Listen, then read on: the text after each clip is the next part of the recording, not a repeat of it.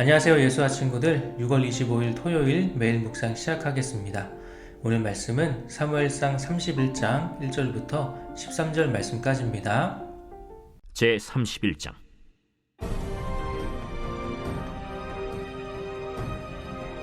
블레셋 사람들이 이스라엘을 침해 이스라엘 사람들이 블레셋 사람들 앞에서 도망하여 길보아 산에서 엎드러져 죽으니라.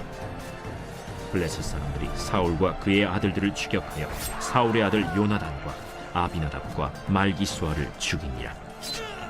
사울이 패전함에 활 쏘는 자가 따라잡니 사울이 그 활 쏘는 자에게 중상을 입은지라.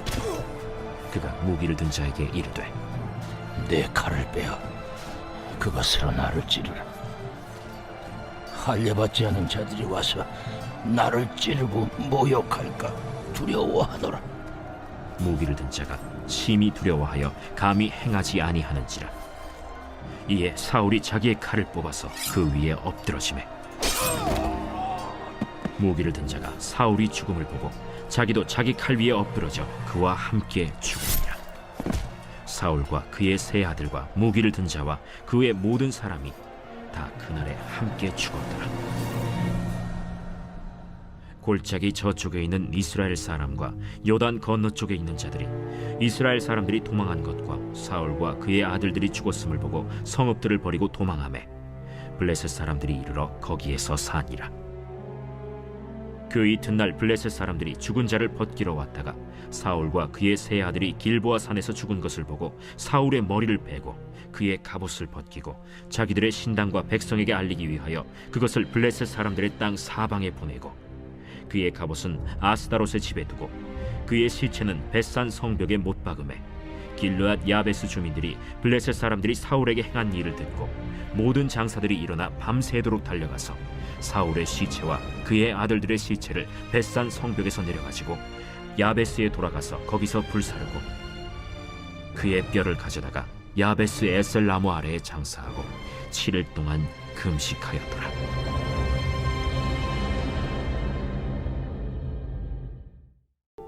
아멘. 네, 오늘은 사무엘상의 마지막 말씀인데요. 한 사람의 죽음에 대한 말씀이에요. 누구의 죽음이죠? 네, 바로 사울의 죽음입니다. 이 블레셋과 이스라엘이 전쟁을 앞두고 있었던 것은 우리가 다윗의 이야기들 그리고 신접한 여인을 찾아갔던 사울의 이야기를 통해서 우리는 계속해서 보아왔어요. 그렇게 정말로 이 두 나라의 전투가 시작이 되었는데요. 이 전투에서 이스라엘이 굉장히 불리해졌어요. 지고 있었어요. 그래서 결국에 이 전투에서 사울의 세 아들이 전사하고 또 사울마저 화살을 맞아서 크게 다치게 되었어요. 자, 이 상황 가운데서 사울은 적들이 자신을 찾아서 학대하고 또 모욕을 줄 것이 너무나 걱정이 되어서 빨리 죽기를 원했어요.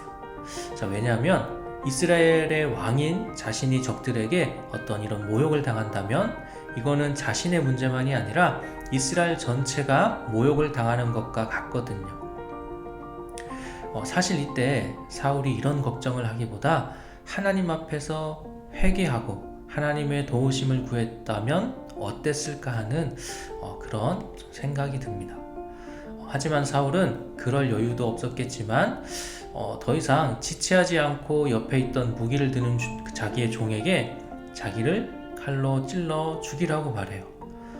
그런데 종의 입장에서 자기의 주인에게 그것도 왕에게 그렇게 할 수 있을까요? 네, 쉽지 않겠죠. 그래서 결국 사울은 스스로 자신의 삶을 끝내게 되는데요.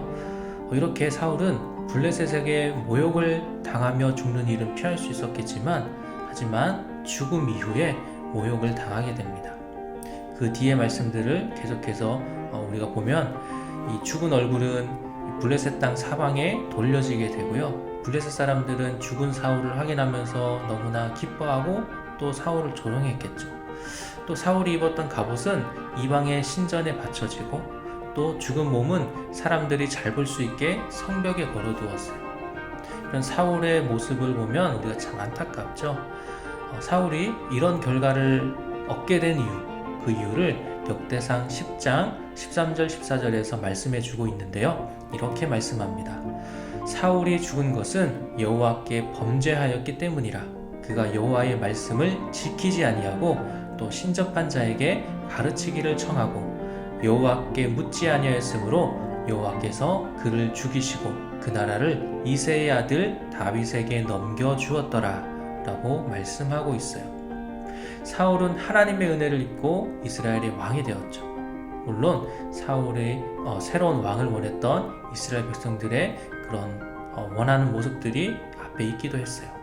자, 그런데 아무리 은혜를 입은 사람이라도요, 계속해서 하나님의 뜻에 따라 살아가지 않으면 하나님의 인도하심을 받을 수가 없다라는 것을 우리는 이 사울의 모습을 통해서 기억했으면 좋겠어요.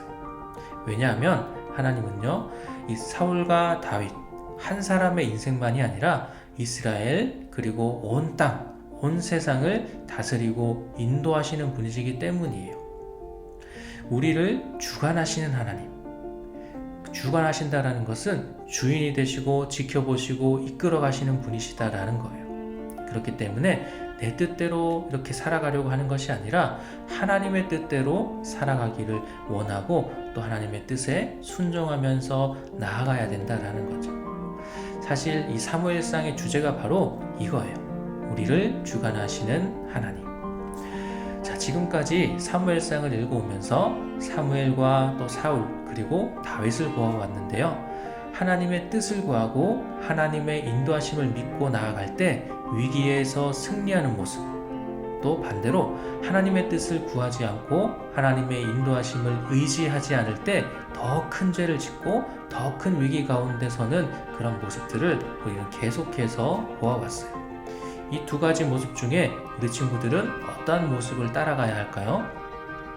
네, 우리 사랑하는 예수와 친구들도 나를 주관하시는 하나님을 기억하고 하나님의 뜻에 따라 살아가기로 결단하는 우리 친구들이 되었으면 좋겠습니다.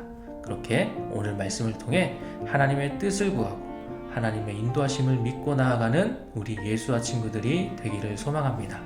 오늘 말씀은 여기까지고요. 내일은 말씀관에서 함께 예배의 자리에서 만나도록 하겠습니다. 안녕.